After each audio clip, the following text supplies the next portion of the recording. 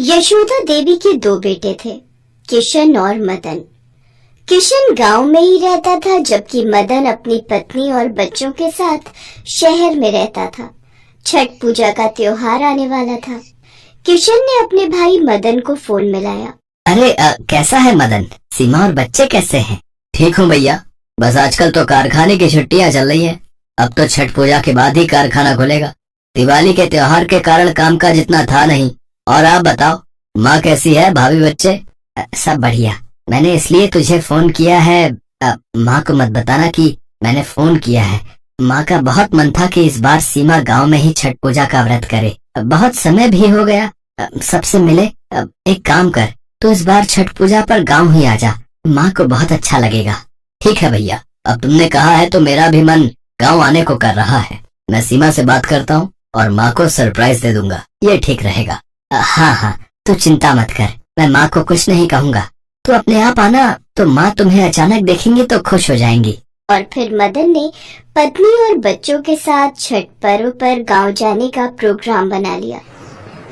जब वो लोग अचानक से पहुंचे तो यशोदा देवी की खुशी का ठिकाना नहीं था।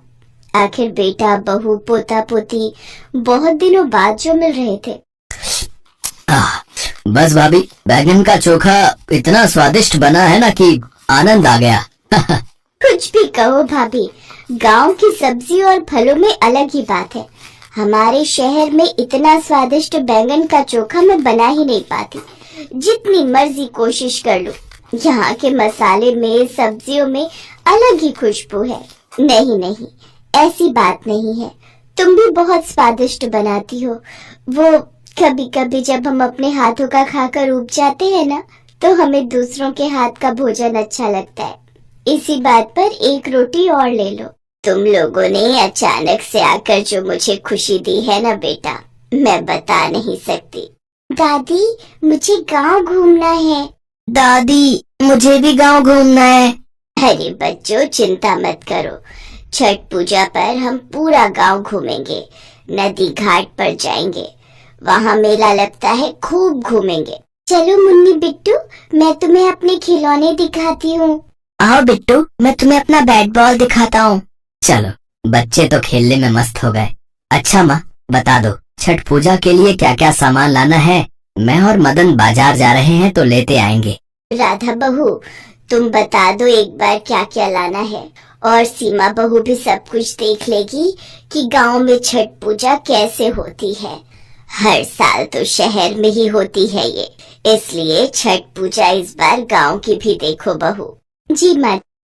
छठ पूजा के लिए सारा सामान आ जाता है। सीमा हैरान रह जाती है कि शहर में तो ज्यादातर सामान बना बनाया ही मंगवाया जाता था, पर यहाँ पर तो पूरे पारंपरिक तरीके से छठ पूजा के लिए एक एक चीज घर पर बनाई जा रही थी। देखो सीमा, चना दाल, कद्दू की सब्जी, ठेकुआ चावल का भात, खीर, सब कुछ घर पर बनेगा। माँ, ये बांस के सूप, टोकरी, फल भी ले आए हैं। क्या हुआ सीमा, क्या देख रही हो? यही सोच रही हूँ कि यहाँ तो मुझे कितना कुछ देखने और सीखने को मिल रहा है, पर शहर में तो मैं बिल्कुल अकेली होती थी, मन ही नहीं लगता था। 3 दिन अकेले बहुत बोर हो जाती थी।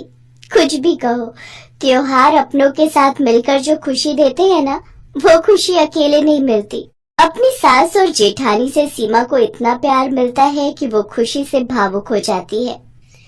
3 दिन तक सीमा सबके साथ छठ पूजा के व्रत को नियम से करती रही।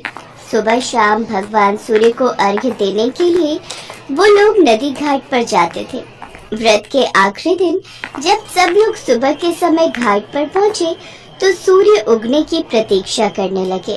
पहले जब हम व्रत रखा करते थे ना बहू, तो मेरी जेठानी, देवरानी, पड़ोसन सब हम मिलकर छठ पूजा के लिए 3 बजे घाट पर आकर बैठ जाते थे। लंबी लाइन लगती थी उस समय। माँ जी, आपको फिर भूख प्यास लगती थी जब आप छठ पूजा का व्रत करते थे? नहीं बहू, पता ही नहीं चलता था। 3 दिन तैयार होना, श्रृंगार करना, भजन कीर्तन करना, दिन ऐसे ही बीत जाते थे कि भूख प्यास की सुध ही नहीं रहती थी। अच्छा, बहू बेटे शहर से आए हैं इस बार छठ मनाने के लिए? हाँ शांति बहन, बहू बेटे कहाँ हैं तुम्हारे? अरे घाट के दूसरी तरफ पूजा कर रहे हैं। मेरे से इतना चला नहीं जाता तो थक कर यहीं बैठ गई। कब आए ये लोग? नमस्ते चाची जी, हम लोग परसों आए थे। बच्चों ने कहा कि माँ चलो, तुम भी घाट पर तो साथ आ गई। बस सूर्य देवता का इंतजार हो रहा है, वो दर्शन दे तो बहुएं पूजा कर लेंगी। हाँ, बहू भी वही इंतजार कर रही है, भीड़ भी बहुत है। चलो अच्छा है, हर बार शहर की छठ पूजा देखते हो, इस बार गांव की देख रही हो। सब लोग बातें करते रहे। सीमा को, बच्चों को गांव का माहौल बहुत अच्छा लग रहा था, पर अचानक मौसम बदल गया, तेज हवाएं चलने लगी। सब लोग वहीं खड़े रहे, कोई भी अपनी जगह से नहीं हटा। देखा सीमा, अगर शहर में ऐसा आंधी तूफान होता तो अब तक सब लोग पीछे हट गए होते। गांव में यही तो है, अगर पूजा करनी है तो पूरे विश्वास के साथ करनी। कोई भी नहीं घबराता इस आंधी तूफान से, क्योंकि यहाँ के लोगों को ऐसे मौसम को झेलने की आदत होती है। आप बिल्कुल सही कह रहे हो, सचमुच विश्वास पर ही तो दुनिया कायम है। थोड़ी देर बाद मौसम ठीक हो जाता है, सूर्य भगवान के दर्शन हो जाते हैं। सीमा अपनी जेठानी राधा के साथ पूजा के लिए सामान निकाल रही थी। अचानक उसने देखा कि सब बच्चे तो हैं, पर बिट्टू कहीं दिखाई नहीं दे रहा था। सब लोग घबरा जाते हैं। सीमा का रो रो कर बुरा हाल था। सुनो जी, बिट्टू कहाँ चला गया? घबराओ नहीं बहू, ये गांव है। यहाँ अगर कोई बच्चा खो जाता है तो कहीं नहीं जाता, किसी न किसी को मिलेगा तो वो ले आएगा। धैर्य रखो, छठी मैया से और सूर्य भगवान से प्रार्थना करो कि हमारा बिट्टू हमें मिल जाए। मदन, तो उस तरफ जा, मैं इस तरफ जाता हूँ, जरूर वो झूले के पास गया होगा। सब लोग बिट्टू को ढूंढने लगते हैं। सीमा और राधा भगवान सूर्य और छठ मैया से प्रार्थना करती हैं। तभी दो आदमी बिट्टू को लेकर आ जाते हैं। किशन और मदन भी तब तक आ चुके थे। सब लोग बिट्टू को देखकर खुश हो जाते हैं। सीमा एकदम से बिट्टू को गोदी में ले लेती है। घबराइए नहीं बहन जी, बच्चे ने हमें बताया कि ये यशोदा जी का पोता है, तो हम लोग पहचान गए। हमें पता था आप लोग घाट पर ही होंगे। अरे किशोर, रघु, तुम दोनों? किशोर, रघु, बिट्टू तुम्हें कहाँ मिला?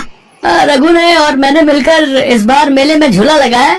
बिट्टू हमें झूला झूलने के लिए कह रहा था और आसपास इसके माता पिता को देखा नहीं, तो हमें चिंता हुई। एक लड़के को खड़ा करके झूला के पास हम दोनों इसे यहाँ ले आए। जब इसने अपनी दादी का नाम यशोदा देवी बोला और अपने ताऊजी का नाम किशन बोला, तो हम पहचान गए कि ये आपके घर का ही लड़का है।